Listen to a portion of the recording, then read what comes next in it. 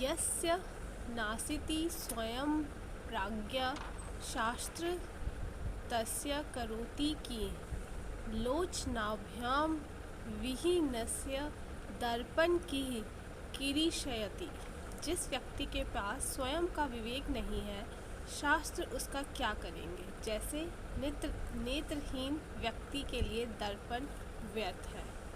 So with this positive note, let us start solving our questions from real analysis, UPSC maths optional.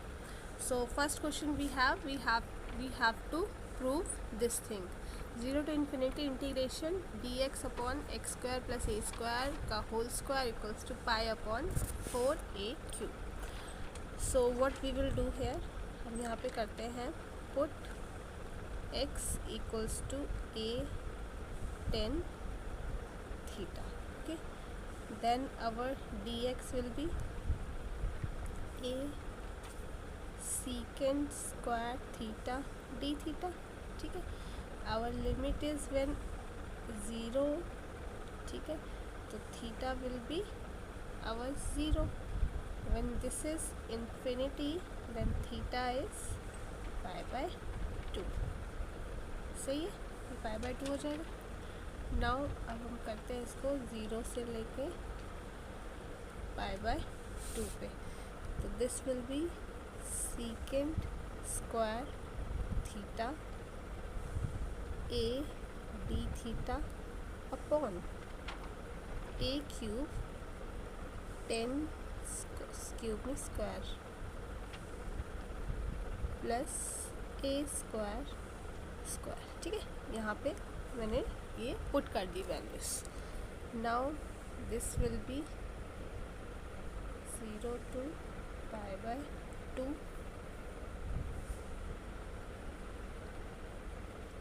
A secant square theta d of theta, a की power 4 आ जाएगा। ये 1 plus 10 square theta, 1 plus 10 square theta क्या होता है, secant square theta, square ये बाहर भी है तो 4 थीटा हो जाएगा यहाँ पे। ठीक है, ये 3 हो जाएगा। Now here will be 1 upon a cube, integration में हमारा आ जाएगा 1 upon secant square theta D theta. ठीक है,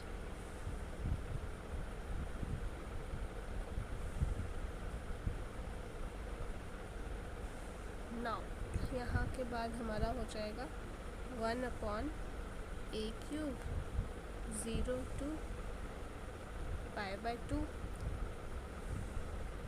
cos square theta d of theta. ठीक है, ए क्यूब ने मल्टीप्लाई दिया। अब cos square theta into D theta, इसको मैं लिख सकती हूँ 1 plus cos of 2 theta upon 2 D theta. ठीक है, तो ये मेरा 2 ए क्यूब बाहर आ गया। ठीक है, now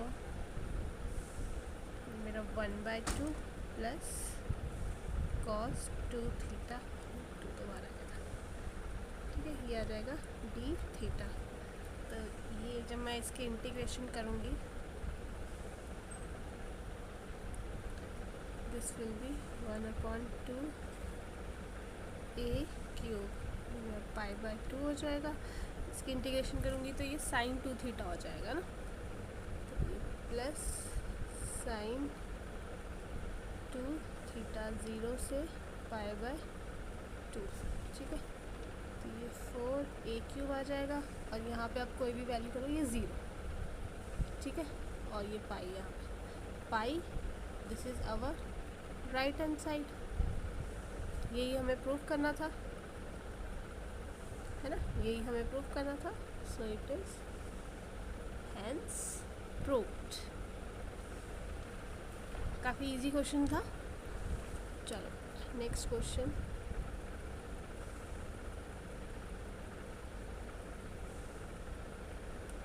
now let A be a positive real number और x हमारी एक सीक्वेंस है जो रैशनल नंबर से सच दैट वो ज़ीरो होगी, ठीक है। देखो ये हमें शो वाले जो क्वेश्चन होते हैं इसमें हमें थोड़ा सा थ्योरी पार्ट लिखना पड़ता है, ठीक है। तो ओके,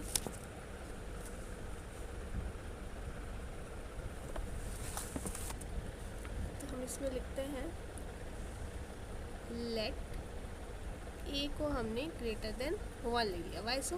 क्योंकि जब हम ए को ना, जब हमारी ए की वैल्यू जो है वो 1 हो जाएगी तो उस टाइम पे हमारा क्या सोल्यूशन आएगा? ट्रिवियल सोल्यूशन आएगा। हमारा सोल्यूशन क्या होगा? ट्रिवियल सोल्यूशन आएगा, ठीक है। मतलब इसमें 3 कंडीशन आ जाएगी, पहले आप ये लिख लो। First we will have to solve 3 conditions. a equals to 1, a greater than 1, और थर्ड होगा कि जो a है that is lying between 0 and 1, ठीक है। These 3 conditions you have to solve. Now when a equals to 1 तो हमारा trivial solution हो जाएगा। क्या हो जाएगा? ट्रिवियल सोल्यूशन, ठीक है। तो हमारा एक सोल्यूशन हो जाएगा, तो ना ट्रिवियल सोल्यूशन हो जाएगा। Okay,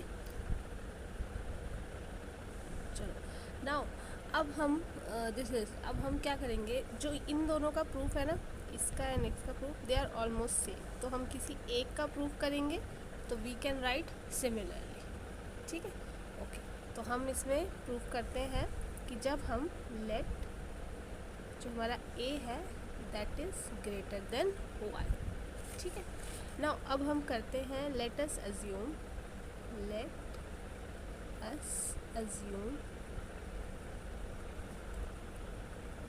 x1 x2 x3 goes on xn, ठीक है।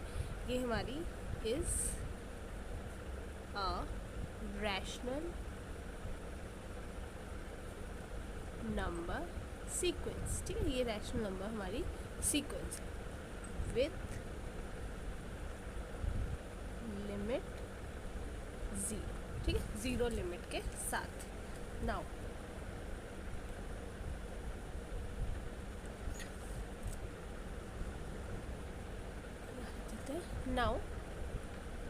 दस जो हमारा मॉडुलस है xn, इसको हम 1/n से लेस लेते हैं, ठीक है। तो ये चीज़ हमारी क्या आ जाएगी? माइनस xn 1/n, ठीक है, ये आ जाएगी हमारे पास। नाउ हम इसको कैसे लिख सकते हैं?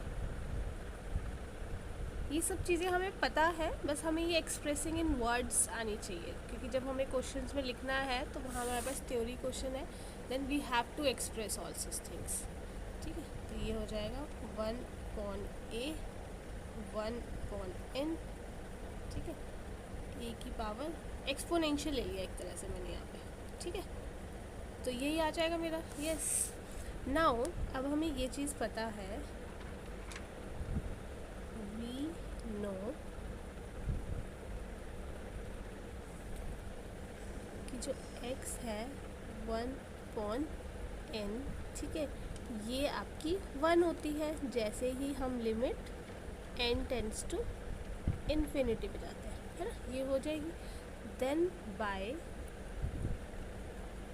Squeeze theorem,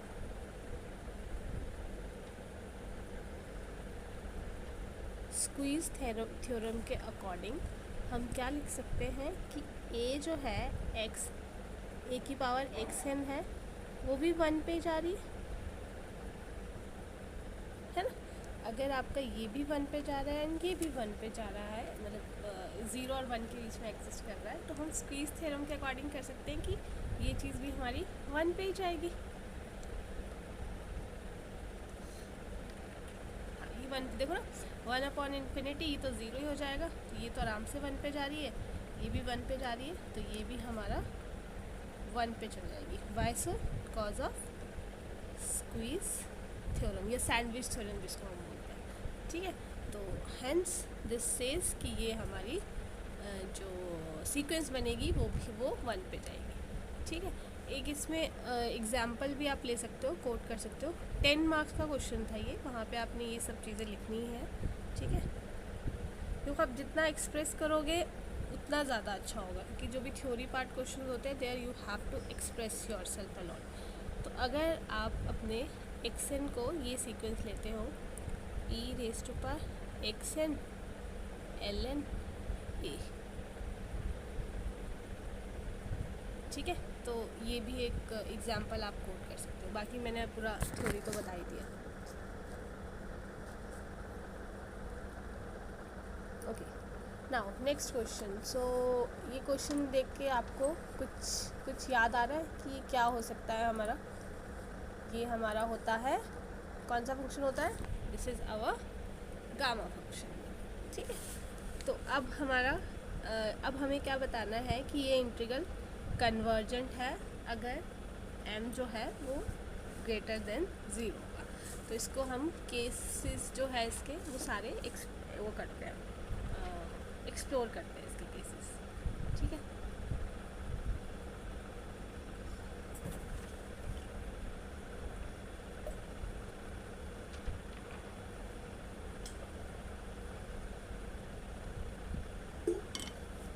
so sorry. अब ये हमारा 0 से बड़ा, एक मिनट ना।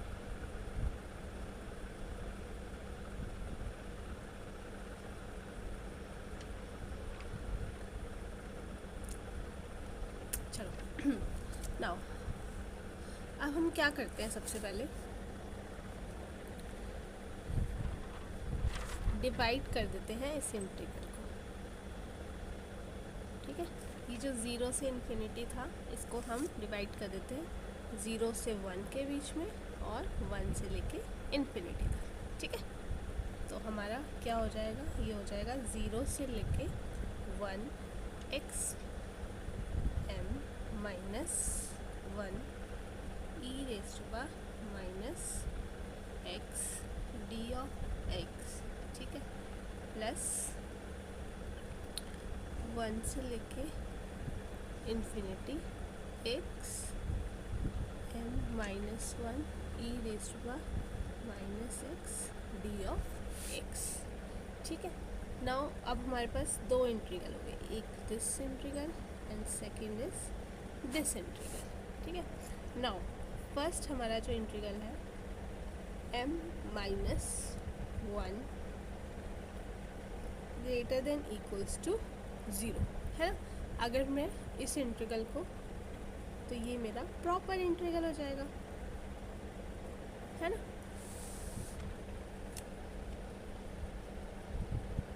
नाउ आपको यहाँ तक समझ आ गया कि हमने इसको डिवाइड कर दिया। Now I have to rub, मुझे रब करना पड़ेगा लिखने के लिए, ठीक है। तो जस्ट ये मेरा फर्स्ट इंटीग्रल है। तो यहाँ पे मैंने क्या किया पहले कि जो मेरा m माइनस 1 है ये ग्रेटर देन इक्वल्स टू 0 किया फर्स्ट केस। सेकंड में मैं क्या लिखती हूँ, m माइनस 1 जो है ये लेस देन 0 है। तो ठीक है, अब ये अगर लेस देन 0 है तो मैं इसको ऐसे लिख सकती हूँ 0 से 1 e raise to power minus x, और ये नीचे आ जाएगा, ये मेरा आ जाएगा 1 माइनस m, है ना, 1 minus m d of x। Now अब हम ना एक वो कंपैरिजन टेस्ट करते हैं। कंपैरिजन टेस्ट में क्या होता है, जो p टेस्ट ही होता है, मतलब हमें x की पावर यहाँ पे कुछ ऐसा लेते हैं, फिर इन दोनों का, जैसे अगर मान लो ये un है तो मैं vn कुछ ऐसा लूँगी कि जब मैं un अपॉन vn निकालूंगी तो वो मेरी एक फाइनाइट टर्म आ जाएगी, मेरी फाइनाइट टर्म आ जाएगी। तो जो मेरा v होगा वही मेरा u भी हो जाएगा। करते हैं ना हम ऐसा, तो हम वही चीज़ यहाँ पे भी करेंगे, ठीक है।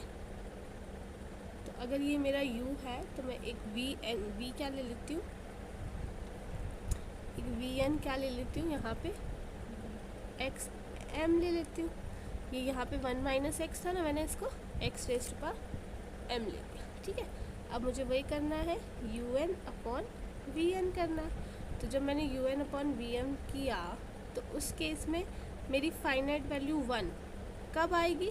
ये तब आएगी जब जो मेरा m है वो इक्वल होगा 1 माइनस m के। ठीक है, शायद इसको मैं कुछ और टर्म ले लेती हूँ, n ले लेती हूँ, तो कट ही जाएंगे ना, कुछ आएगा ही, नो सोल्यूशन हो जाएगा। तो let me put this n। Okay, ये n आ गया। ठीक है ना, अगर ऐसा हो जाएगा तो हमारा क्या होगा, फाइनाइट वैल्यू आ जाएगी, और फिर जो भी मेरा Vn है ये साथ में ही क्या करेंगे, कन्वर्ज भी करेंगे और साथ में ही डाइवर्ज भी करेंगे। ठीक है, अगर Vn कन्वर्ज कर रहा है तो Un भी कन्वर्ज करेगा, अगर Vn डाइवर्ज कर रहा है तो Un भी डाइवर्ज करेगा। इतना क्लियर है आपको? ठीक है,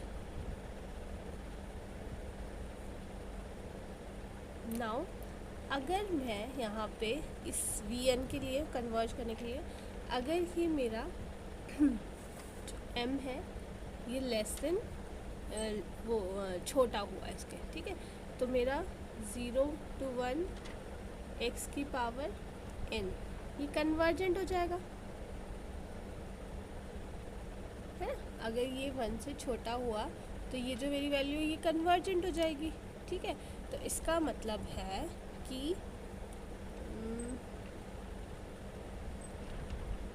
अब इसकी इंटीग्रेशन में तो भी कन्वर्ज ही दिखा रहा है। ठीक है, तो मेरा m जो है वो छोटा हो गया 1 से, तो मैं इसको लिख सकती हूँ यहाँ पे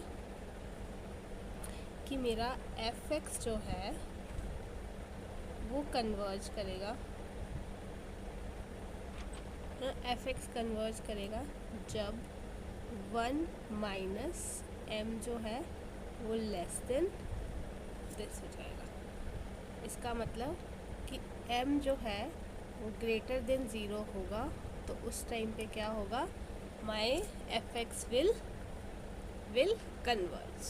क्या करेगा, माई fx जो है वो कन्वर्ज करेगा। ठीक है, मेकिंग अ सेंस। हमने क्या किया, हमने इसके केसेस बनाए, इसको 1 लिया, इसको हमने क्या बोलते हैं m-1 को हमने ग्रेटर, पहले तो इंटीग्रेंट वाले इस इंटीग्रेंट को हमने 2 पार्ट्स में डिवाइड किया। तो फर्स्ट पार्ट के लिए हमारा आया है कि जब ऐसे ही हमारा m ग्रेटर देन 0 होगा तो ये कन्वर्जेंट हो जाएगा। उसके लिए हमने क्या किया था, इसके लिए केसेस लिए थे, एक बार इसको ग्रेटर देन 0 लिया था, एक बार स्मॉलर देन 0 लिया था। फिर लिमिट कंपैरिजन टेस्ट से हमने देखा फाइनाइट वैल्यूज़ आई, फाइनाइट वैल्यू आई तो हमारा कन्वर्ज और डाइवर्ज जो होता है वो साथ में करता है। ठीक है, नाउ अब हम करते हैं वो सेकंड वाला। ठीक है, आपको होपफुली ये समझ आया होगा। फर्स्ट इंटीग्रेंट हमारा कन्वर्जेंट हो गया। नाउ अब हम करेंगे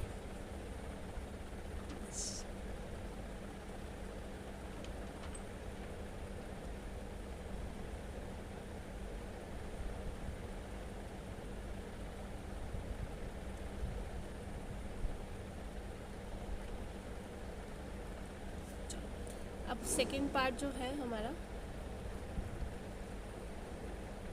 वो ये है 1 से लेके इन्फिनिटी तक। ठीक है ना, ये आ जाएगा x हमारा m-1 e raised to power -x d of x।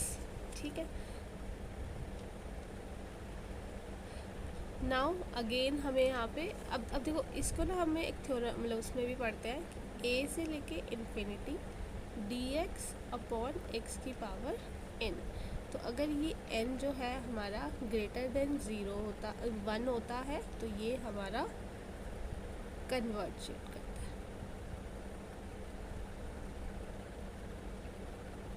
ठीक है, अगर ये हमारी जो वैल्यू है n वैल्यू है ये 1 से बड़ी होती है तो ये हमारी कन्वर्जेंट होती है। ठीक है, नाउ अगेन हम यहाँ पे भी वही vn अपॉन un करेंगे, तो ये हमारा 1 अपॉन, तो हमने यहाँ पे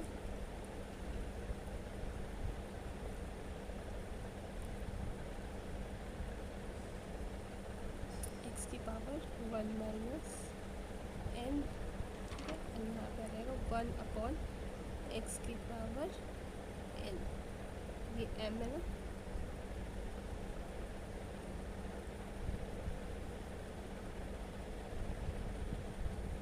ठीक है। तो अब जब मैं इसको e raise to power minus x raise to power n हो जाएगा, x 1 माइनस m हो जाएगा, ठीक है। तो जब मैं इन्फिनिटी पे ले जाऊंगी x को तो ऑब्वियसली मेरी टर्म 0 आ जाएगी, 0 मतलब फाइनाइट टर्म आ जाएगी, ठीक है। तो इसका मतलब ये सारे स्टेप्स जो मैं लिखवा रही हूँ वो आपको एक एक करके करना है, ठीक है। m equals to 1 minus n हो जाएगा, ठीक है। तभी ये कंडीशंस होगी जो कन्वर्जेंट करने के लिए,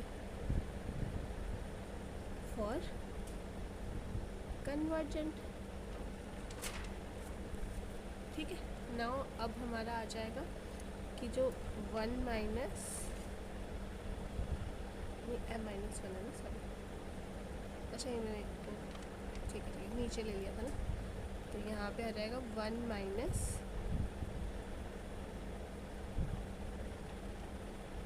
ये is greater than 1 minus m is greater than 1, ठीक है। ये तभी होगा जो अभी मैंने बताया था कि dx अपॉन एक्स एन, तो वो कब होगा जब वो 1 से बड़ा होगा, तभी ये चीज़ आएगी हमारी। इसको मैं लिख देती हूँ minus x to power n, x 1 minus m आ जाएगा। तो अगर मैं देखूँ इसको 1 माइनस m माइनस n आ जाएगा, ठीक है। तो यहाँ से भी हमारी कंडीशंस क्या है, यही आ रही है। तो हमने इसमें क्या किया, एक तरह से लिमिट कंपैरिजन टेस्ट है उसी का ही यूज़ किया है, ठीक है। और कोई भी चीज़ डिनोमिनेटर में आ रही है 1 अपॉन, तो है ना, तो हमें वहाँ पे तो हमें वहाँ पे क्या देखना है कि 1 माइनस m माइनस n जो है, सॉरी जो m है वो आपका हमेशा ही ग्रेटर देन 0 ही होना चाहिए, ठीक है। उसी सिचुएशंस में आएगी। तो इसी पे भी मैं एक एग्जांपल भी दे सकती हूँ आपको। बैठ जाओ, 5 मिनट लगेंगे उसमें मुझे। तो आप यहाँ पे एक एग्जांपल भी ले सकते हो, e raise to power x n plus 1, ठीक है। तो यहाँ पे भी देखो, आप अगर इसका एग्जांपल भी ले रहे हो तो ये -1 e raise to power minus x, और ये आपका x स्क्वायर से छोटा है। और यहाँ पे जब हम करेंगे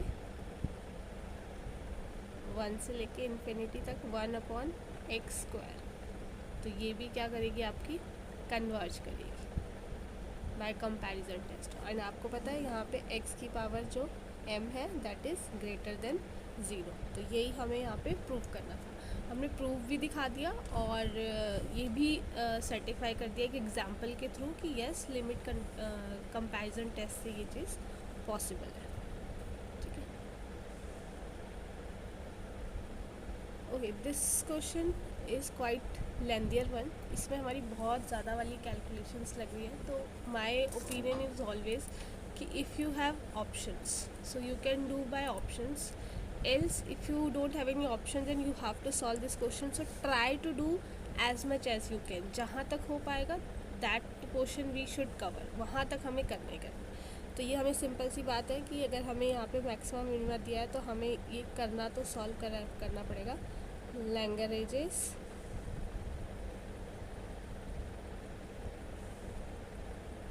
मल्टीप्लायर मेथड से, ठीक है।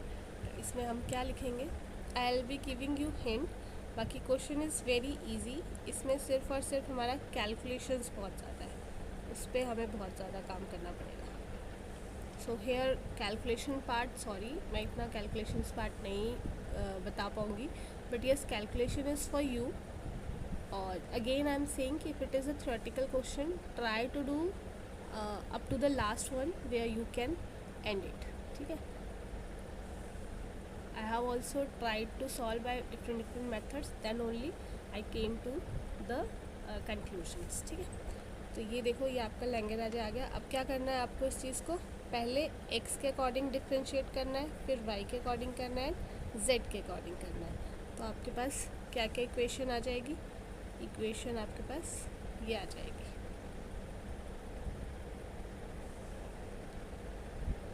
2 lambda minus x plus 2 lambda plus 2 z y minus z minus 2 lambda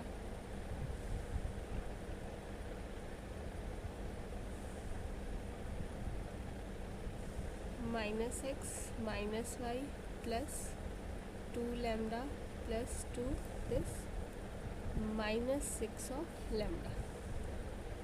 ठीक है, तो ये अब आपके पास इक्वेशन आ गई। नाउ अगर हम इसका मैट्रिक्स बनाते हैं, this matrix is 2 lambda plus 2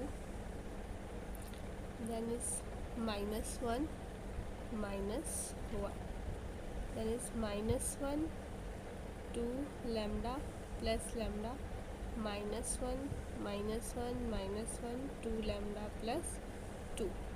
ठीक है,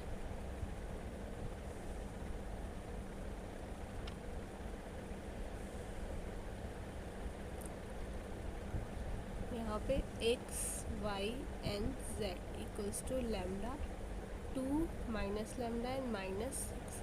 so either you can solve it by determinant and determinant to solve। वहाँ से अगर हम determinant से solve कर रहे हैं तो इसकी values आएगी,